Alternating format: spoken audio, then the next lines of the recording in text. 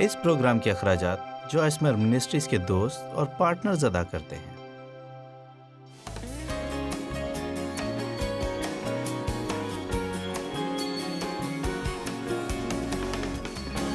آج میں شریعت پرستی کے حوالے سے آزادی کے موضوع پر بات کروں گی، کیونکہ حقیقت میں یہ سمجھتی ہوں کہ آزادی کے بارے میں بائبل بہت زیادہ بات کرتی ہے، اور نئے عہد نامے میں بھی اسی کے بارے میں بات ہو رہی ہے۔ آپ دیکھتے ہیں کہ پرانے عہد نامے کے ماتحت لوگ قوانین اور حکموں اور قواعد و ضوابط کے تحت رہتے تھے۔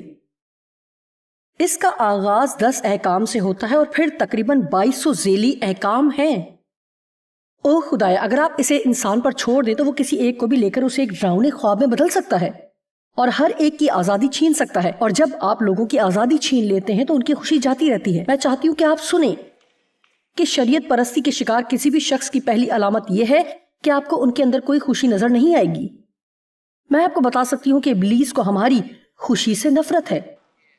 ہماری خوشی خدا کی شادمانی ہماری قوت ہے، اور ابلیس نہیں چاہتا کہ ہم کسی بھی اس چیز سے لطف اندوز ہوں جو ہمیں دینے کے لیے یسوع نے جان دی۔ میں اکثر یوحنا 10:10 پڑھتی ہوں۔ ہماری منسٹری میں یہ ہمارے لیے بہت اہم حوالہ ہے، اور ذاتی طور پر میرے لیے بڑا اہم ہے۔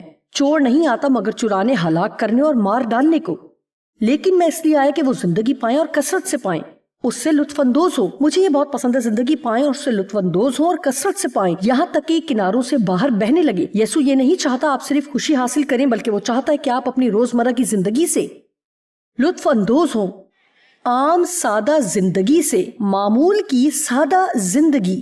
اگر ہم چھٹیوں پر جا رہے ہیں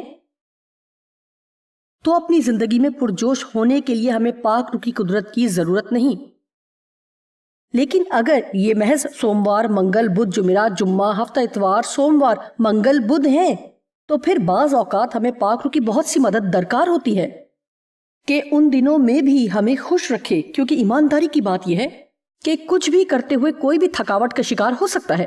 بعض اوقات ہم دوسرے لوگوں کی زندگیوں کو دیکھتے ہیں اور سوچتے ہیں کہ اگر میرے پاس آپ جیسی زندگی ہوتی تو میں زیادہ پرجوش ہوتی، تو میں زیادہ پرجوش ہوں۔ میں آپ کو بتاتی ہوں کہ وہ شخص بھی ویسا ہی سوچتا ہے جیسے آپ سوچتے ہیں۔ لہٰذا میرے خیال میں ہمیں اپنی زندگی کے ہر پہلو سے لطف اندوز ہونا سیکھنا چاہیے۔ میں جانتی ہوں کہ ہم ایسا کرتے ہیں کیونکہ اس حوالے سے میں خود ایک لمبا سفر طے کر چکی ہوں۔ خوشی اور لطف اندوز ہونا میرے لیے اہم ہے کیونکہ میں نے بچپن گزارا ہی نہیں۔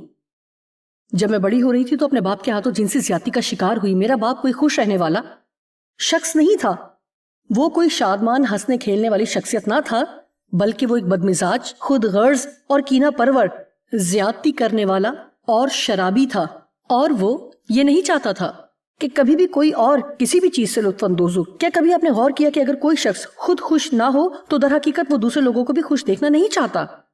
آمین۔ لہٰذا میں نے اپنا بچپن کبھی دیکھا ہی نہیں تھا۔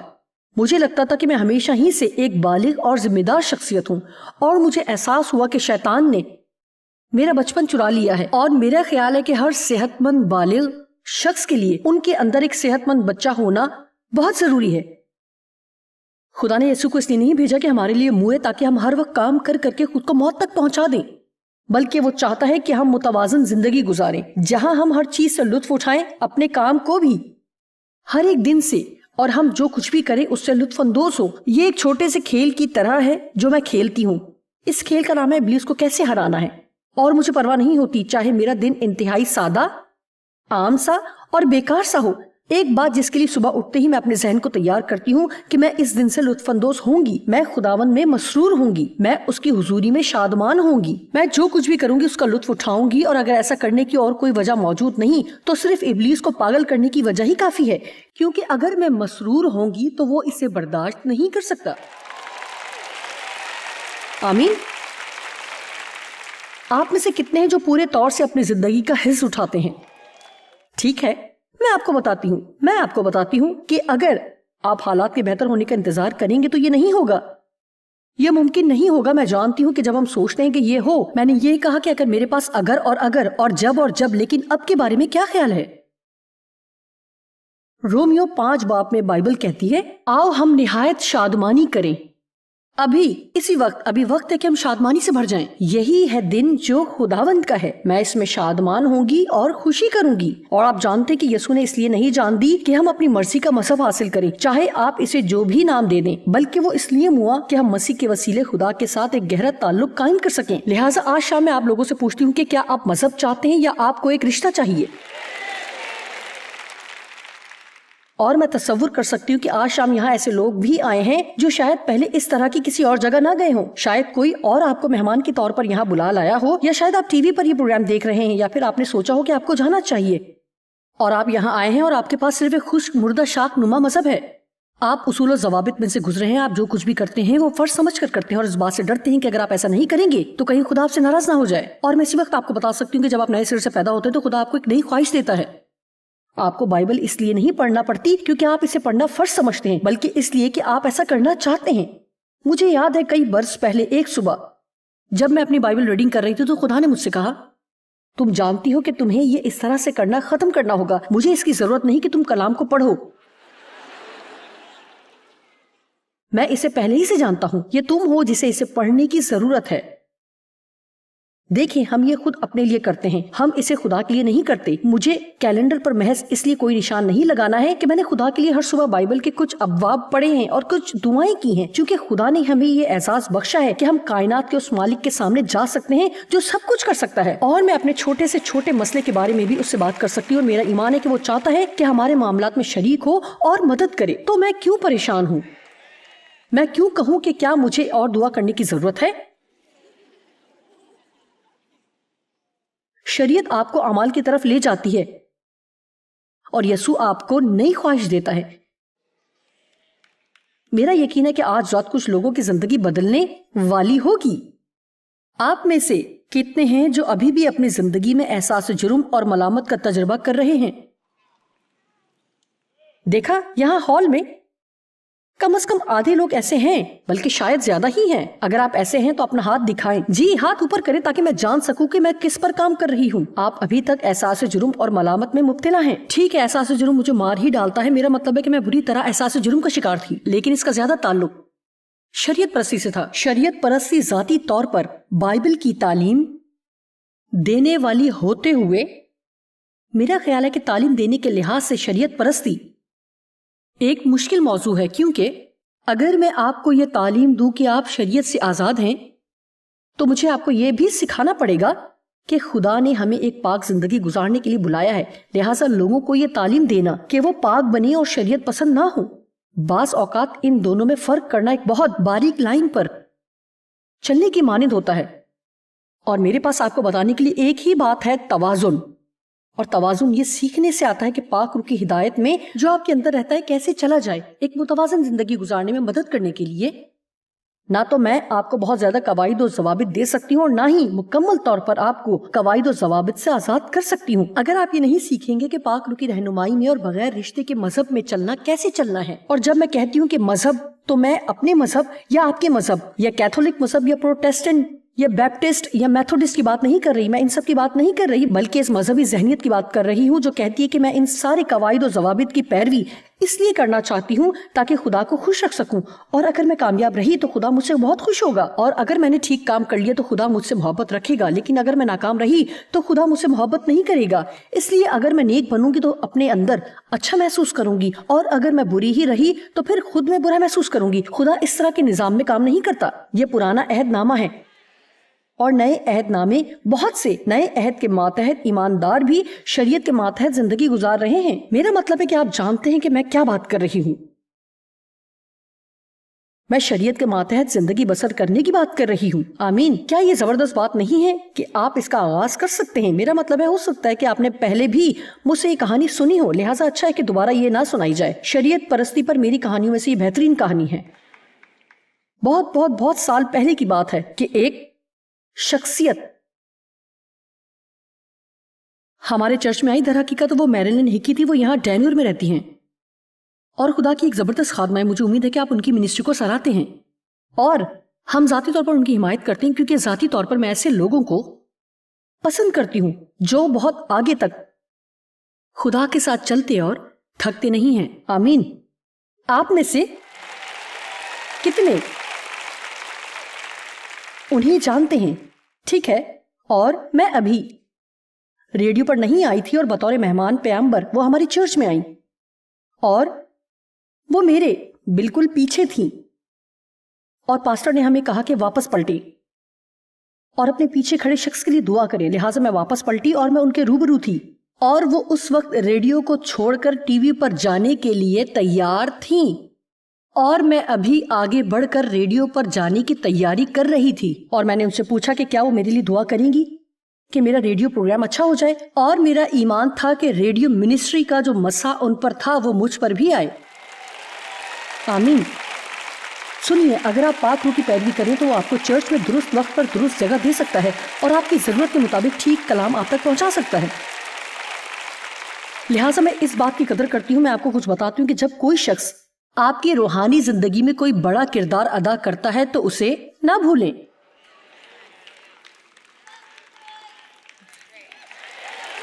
آمین. انہیں یاد رکھیں. لیکن بہرحال وہ میرلن ہکی تھی جو ہماری چرچ میں آئی تھی، اور انہوں نے ہمیں 1 سال میں پوری بائبل پڑھنے کا ایک پروگرام دیا جو بہت اچھا تھا.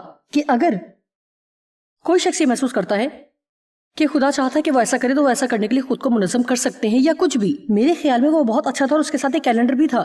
اور اگر مجھے ٹھیک سے یاد ہے تو 1 سال میں پوری بائبل پڑھنے کے لیے نئے اور پرانے عہد نامے میں سے آپ کو 2 ابواب پڑھنے تھے، ایک امثال میں سے اور ایک زبور سے پڑھنا تھا. اور اگر آپ ہر روز 6 باب پڑھتے ہیں تو سال کے آخر میں آپ پوری بائبل ختم کر چکے ہوتے. اور آپ کے پاس اس کے ساتھ کیلنڈر بھی تھا جس پر بائبل پڑھنے کے بعد روزانہ نشان لگانے کے لیے جگہ بھی بنی ہوئی تھی. آپ جانتے ہیں یا نہیں، لیکن جسم اس طرح کے نشان لگانا بہت پسند کرتا ہے.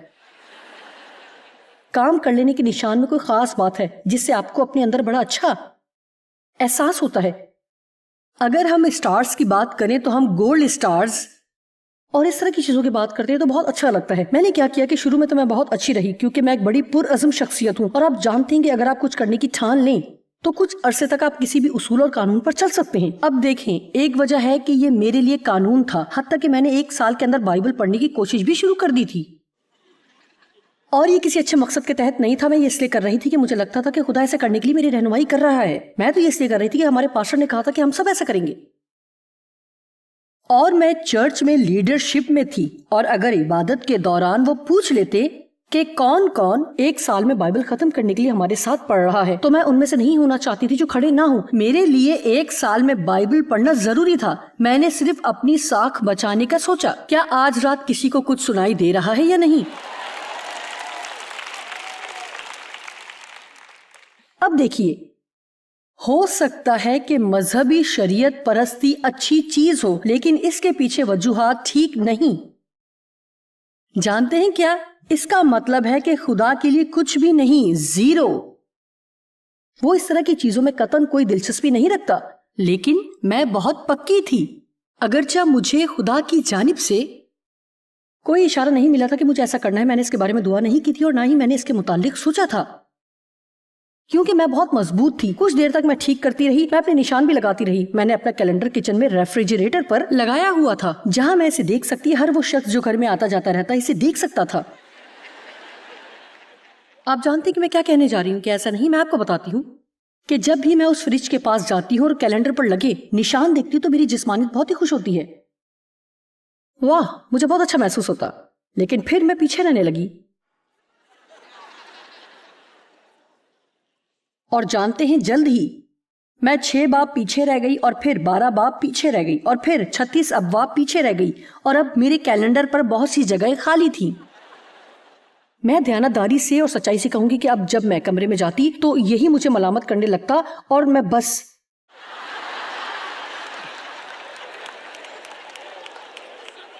سنیے، آپ سمجھ گئے، آپ جانتے ہیں نا میں کیا بات کر رہی ہوں. ایسا ہی ہے نا. میں میرلن کو پسند کرتی ہوں اور یہ زبردست پروگرام ہے، لیکن یہ ایسا نہیں تھا جیسے میں مطالعہ کر رہی تھی. یہ میرے لیے تھا ہی نہیں.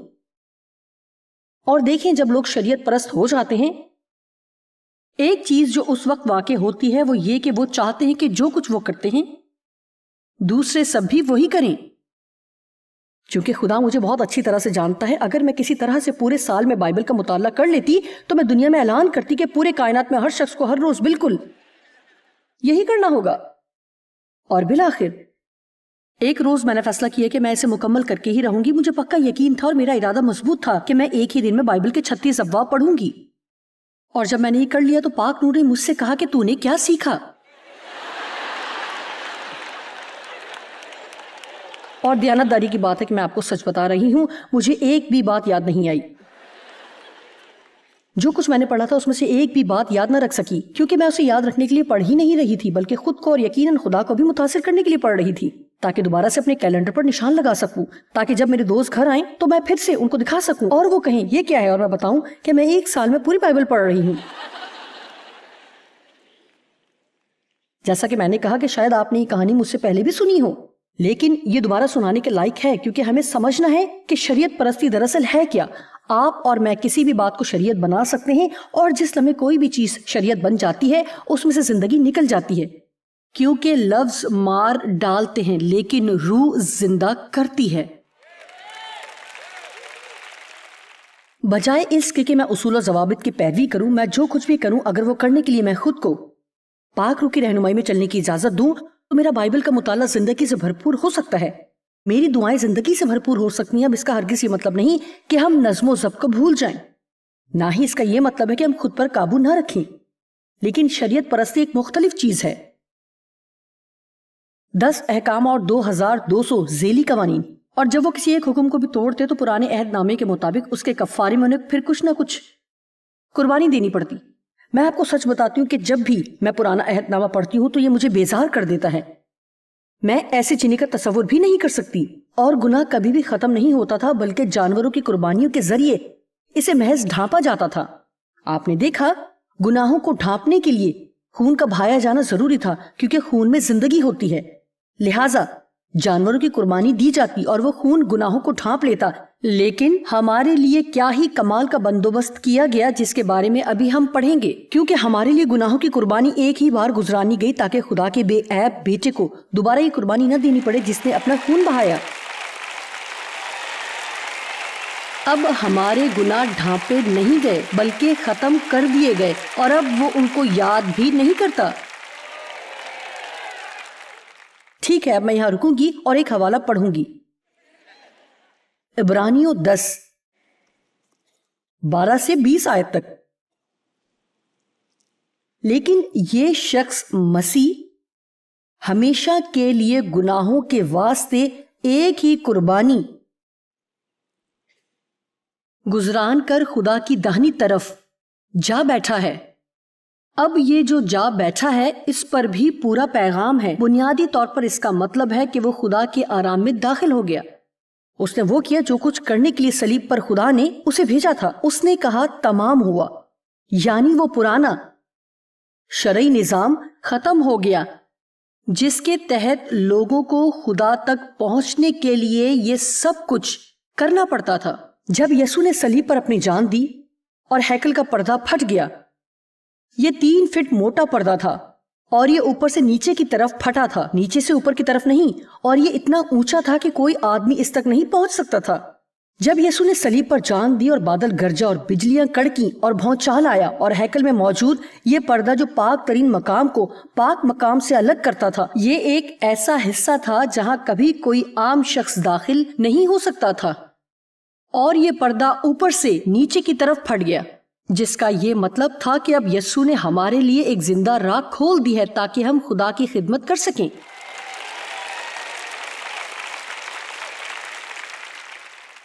میں آپ کو بتا سکتی ہوں کہ کئی برسوں تک قواعد و ضوابط پر چلنے کے لیے میں چڑھ جاتی رہی، جبکہ کچھ نہیں جانتی تھی. جو بات آج رات میں آپ سے کر رہی ہوں، میں اس بارے میں کچھ نہیں جانتی تھی. اور جب میں ان تمام لوگوں کے بارے میں سوچتی ہوں جو خدا سے محبت کرتے ہیں اور چرچز کی جانب دوڑے چلے جاتے ہیں، اور وہاں وہ صرف یہ سنتے ہیں کہ ایک اچھا مسیحی بننے کے لیے انہیں کیا کچھ کرنا چاہیے، تو یہ بات مجھے اداس کر دیتی ہے اور روح میں مجھے غصہ آتا ہے.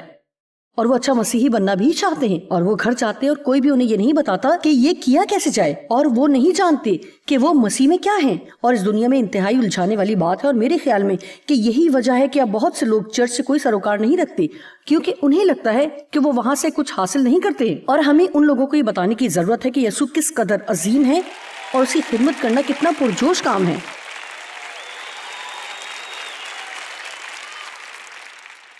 ٹھیک ہے، واپس حوالے کی طرف چلتے ہیں کیونکہ یہ واقعی بہت اچھا ہے اور میں اسے پڑھنا چاہتی ہوں. اور اسی وقت سے منتظر ہے کہ اس کے دشمن اس کے پاؤں تلے کی چوکی بنی. اب ایک ہی دشمن باقی رہ گیا ہے اور وہ ہے موت. اور مناسب وقت پر خدا اس کو بھی ختم کر دے گا اور پھر کوئی موت نہ رہے گی، نہ ہی آنسو اور نہ ہی رونا ہوگا اور نہ کوئی اداسی ہوگی، نہ ہی کوئی غم ہوگا. اور ہم صرف ایمان ہی سے اس کی حضوری میں نہیں ہوں گے بلکہ حقیقتاً ہم اس کی حضوری میں ہوں گے. آمین. وہ جلد آنے والا ہے. آمین آمین. ٹھیک ہے، آئیے اگلی آیت دیکھیں. کیونکہ اس نے ایک ہی قربانی چڑھانے سے ان کو ہمیشہ کے لیے کامل کر دیا ہے. ایک ہی قربانی، اور دوبارہ قربانی کی ضرورت نہیں ہے. آپ جانتے ہیں کہ اس کا کیا مطلب ہے. اب جب میں اور آپ غلطی کرتے ہیں تو ہمیں کوئی کفارہ ادا کرنے کی ضرورت نہیں، ہمیں کوئی قربانی دینے کی ضرورت نہیں ہے، ہمیں اپنی خوشی ترک کرنے کی ضرورت نہیں، ہمیں احساس جرم کے لیے کوئی قربانی دینے کی ضرورت نہیں. جو کچھ یسوع نے ہمارے لیے کیا ہمیں اسے ایمان سے حاصل کرنا ہے اور پھر آگے بڑھتے جانا ہے تاکہ اس کے نام کو جلال دیں. کیونکہ اس نے ایک ہی قربانی چڑھا کر ان کو ہمیشہ کے لیے کامل کر دیا ہے جو پاک کیے جاتے ہیں. اور روح القدس بھی ہمیں یہی بتاتا ہے، کیونکہ یہ کہنے کے بعد کہ تصدیق کرتا ہے. خداوند فرماتا ہے جو عہد معاہدہ میں ان دنوں کے بعد ان سے باندھوں گا وہ یہ ہے کہ میں اپنے قانون ان کے دلوں پر لکھوں گا اور ان کے ذہن کے اندرونی خیالات اور عقل اور فہم میں ڈالوں گا. ابھی بھی ہمارے پاس شریعت موجود ہے لیکن اب یہ پتھر کی تختیوں پر نہیں بلکہ ہمارے دلوں پر لکھی ہوئی ہے. دوسرے لفظوں میں اگر آپ نجات یافتہ مسیحی ہیں اور خدا کا کلام پڑھتے ہیں تو فطری طور پر آپ جان جائیں گے کہ کیا ٹھیک ہے اور کیا غلط. آپ جان جائیں گے. ہو سکتا ہے کہ آپ جو محسوس کریں اسے سمجھ بھی نہ پائیں، لیکن جب آپ کچھ غلط کریں گے تو آپ کو اپنے اندر ایک بے چینی اور ناپسندیدہ جذباتی کیفیت محسوس ہوگی. اور اگر آپ پاک روح کے ساتھ چلیں گے اور اسے اجازت دیں گے کہ آپ کی رہنمائی کرے اور آپ کے رویے پر اختیار رکھے تو آپ کی زندگی میں شاندار باتیں واقع ہونے لگیں گی. کیا آپ سمجھ رہے ہیں؟ آپ میں سے کچھ نے ابھی اس کا تجربہ کیا ہے کیا؟ لیکن ہم اس مقام پر پہنچیں گے پھر وہ یہ کہتا ہے کہ ان کے گناہوں اور بے دینیوں کو پھر کبھی یاد نہ کروں گا. اور جب ان کی معافی ہو گئی ہے یعنی انہیں ختم کر دیا گیا تو پھر گناہ یعنی شریعت کو توڑنے کی قربانی نہیں رہی کہ ان گناہوں کا کفارہ دیا جا سکے.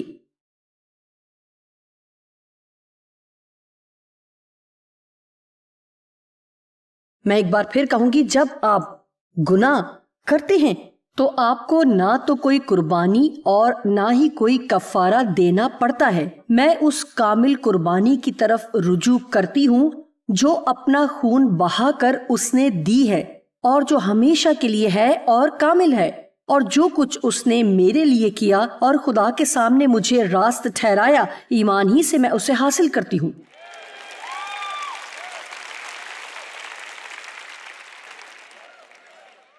اور آیت 19، پس اے بھائیو کیونکہ ہم نے تمہاری مدد کی ہے. مجھے یہ بہت پسند ہے. یسوع مسیح کے خون کی قدرت اور نیکی کے سبب سے اس نئی اور زندہ راہ سے پاک ترین مکان میں داخل ہونے کی دلیری، پوری آزادی اور اعتماد ہے. لفظ آزادی اور نئی زندہ راہ.